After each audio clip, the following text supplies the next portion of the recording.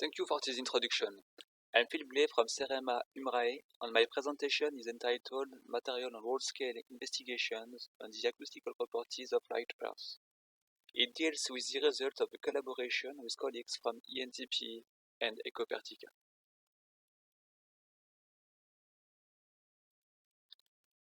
I will start with few words about context. The building sector is meeting several challenges today. Noise pollution at home is a source of pollution that everyone at this Congress is aware of. Actions are possible at the level of the choice of building materials to limit this nuisance. However, this work must be done while minimizing the ecological impact of this sector, which is still very energy intensive and responsible for high CO2 emissions. In this context, bio and geosourced materials are ideal solutions, derived from locally available and recyclable resources, having low gray energy and ensuring CO2 storage. However, these materials are still little known from the point of view of their performance, which limits their use. M-clay, also called light earth, is an example of these promising materials. It is derived from hemp particle mixed with clay binder, and it is used as hemp concrete for the insulation of existing and new buildings. I warmly invite you to listen also to next presentation by Thibaut Bounet, who will present acoustical investigation on other bio-based materials. In this context, Ecoterra project aims at developing M-clay as thermal and acoustical insulator for buildings. It's coordinated by the cooperative society Ecopertica and brings together craftsmen and researchers.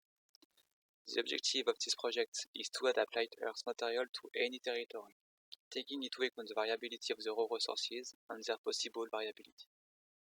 And of course, its challenge is to know and control the mechanical, hydrothermal, and acoustical performances of the material. Investigations have been planned following three scales, starting with material scale to understand the behavior of the porous material and to get input parameters for simulation. Then at wall scale, to evaluate and model the performance of multi-layered walls, including coatings and load-bearing structure effects. And finally at building scale, to capitalize institute data and appreciate the gap between theory and real performance. My presentation today will focus only on material on wall-scale results. My talk is organized around these two scales. We will first go through the analysis of the material behavior, and then discuss the wall-scale experimentations and associated simulation. We'll finally draw the main conclusion and outlooks of the study. So let's start at the material scale with the presentation of materials and characterization methods. Samples considered here are homogeneous cylinders having 10 cm in diameter and 4 cm in thickness. A low density range is targeted to meet thermal needs.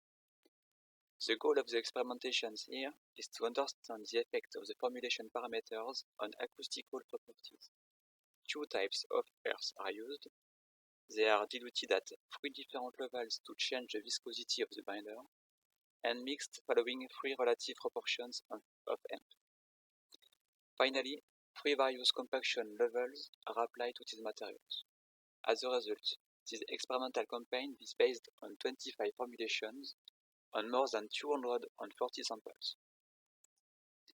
These samples were characterized in terms of open porosity, airflow resistance following ISO method, acoustical properties using a cooled tube with 3 microphones method.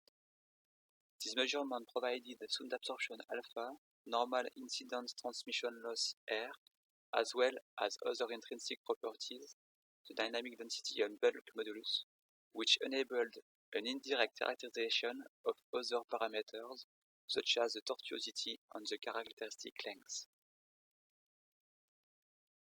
As you can understand, it's quite difficult to get an overview of the results of so many samples, so it was decided to analyze 3 performances indicators and 4 acoustical parameters.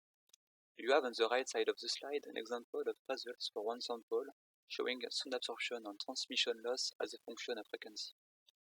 Performances indicators are the maximal absorption at the level of the first absorption peak and its frequency noted respectively alpha and f lambda over 4, as well as the average transmission loss R on the frequency range from 250 to 1000 Hz. And, complementary to this, the four acoustical parameters analyzed are the acoustic effective porosity, FIAC, the airflow resistivity, sigma, tortuosity, alpha infinity, and viscous length, lambda.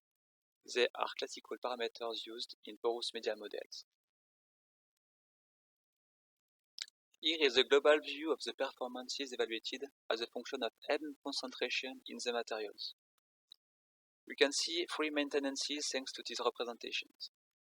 On the top line, a decrease of the maximal absorption, as well as of the frequency of this maximum in second line. And finally, an increase of transmission loss in the bottom line. In addition to this, no significant effect of the type of earth was detected. This evolution can be directly related to the acoustical parameters, with a systematic decrease of porosity and characteristic viscous length with the M concentration, together with an increase of the resistivity of the material.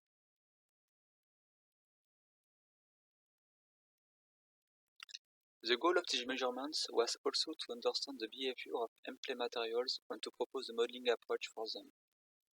This has been achieved on the basis of the well-known Biot theory, considering two independent dissipations in the solid and the fluid phases. In solid phase, we have only one compression wave in this case. We make the assumption of isotropy and elasticity of the material, and thus need four parameters to describe the material: density ρ, elastic modulus E, Poisson's ratio nu, and damping factor eta. Three of them could not be measured in the study, but were estimated from literature data and thanks to the frequency of the mechanical resonance visible through the absorption.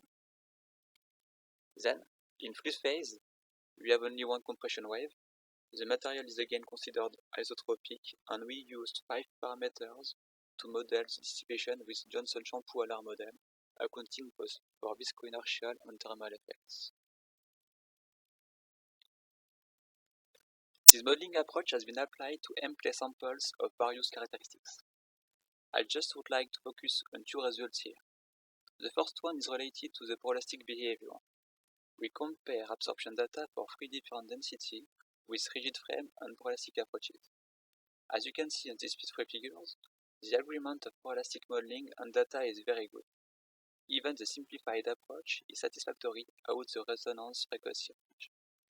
Then, an additional remark must be made about the multiscale behavior of these materials. M-clay presents actually 3 scales of porosity, but it was shown that the interparticle pores contribute most to dissipation due to strong permeability contrast between these pores and smaller pores. A paper published previously will give you more information about these results at material scale. Let's move on now at a larger scale of the investigation with wall scale, or should I rather say the scale of the small wall, since the size considered here is 60 cm x 60 cm on square samples. Similar range of densities as material scale has been studied on about 25 samples having from 1 to 3 layers. At this scale, several effects of M-clay processing have been examined: manufacturing technique by projection or shuttering, coatings effect, load-bearing frame effect, and again sample compaction and thickness effects. The characterization method used is intensimetry described in the ISO standard between reverberant and anechoic rooms. This method provided us data in a frequency range between approximately 300 and 5000 Hz. Results at this scale. Considering the manufacturing method, it appears that the way M-clay is processed has a strong impact, with a greater transmission loss for projection compared to shuttering, and a greater transmission loss for horizontal shuttering compared to vertical shuttering. This can be attributed to a better homogeneity of the material with projection or horizontal shuttering, and also to a particular orientation more favorable to dissipation in this case. Then, the effect of the coating is also very pronounced. The effect of thin skin is limited, but an increase of more than 30 dB is visible as soon as more than 1 cm coating is applied. Beside, the coatings reinforce the mechanical resonance of the sample with characteristic compression wave frequencies at lower frequency and critical frequencies at higher frequencies. Finally, a strong effect has also been observed on the thickness of M-clay and a limited impact for the load-bearing frame. To understand and generalize the previous observations, an attempt has been made to model transmission loss of these M-clay walls. Transfer matrix method implemented in AlphaCell software has been used to compute the acoustical performance of this multi-layered system. An elastic isotropic behavior is considered for materials, with GCA model for fluid phase dissipation, and diffuse field excitation is applied with a simplified windowing technique. The approach has been applied to the systems from one-layer M-clay to multi-layered configuration. We can now compare the simulation with the experimental results. For the raw material case, the modeling showed that most contribution is related to the viscothermal effect. Agreement with the model is very good, and will be also good with simplified rigid frame approach. With one coating, the mechanical behavior becomes predominant with two characteristic resonances. The compression wave of M-clay solid phase is evaluated to lie between 500 and 2000 Hz. The critical frequencies of M-clay on coatings is estimated at higher frequencies between 1000 and 5000 Hz. In this case, the simulation is also in good agreement with that. Now, with two coatings, the behavior is more complex, but same resonances as before are likely to explain the performances as well as the complementary pulsing frequency between 300 and 2000 Hz. To conclude on this presentation, experimental and theoretical investigations have been realized on M-clay materials on walls. The performances of these materials could be evaluated and the modeling approach has been successfully developed. Finally, these results are valorized through the application of M-clay in buildings to comply with acoustic needs. However, there is still a number of issues to be explored, starting with the characterization of the statistical parameters, for which we have few data. Then, the idea will be to extend our approach to other geo and bio-based materials, and finally, the evaluation of the performance of the building scale will also help us understand and optimize the acoustic comfort in these homes. For your attention, and please feel free to ask or contact us if you have any questions.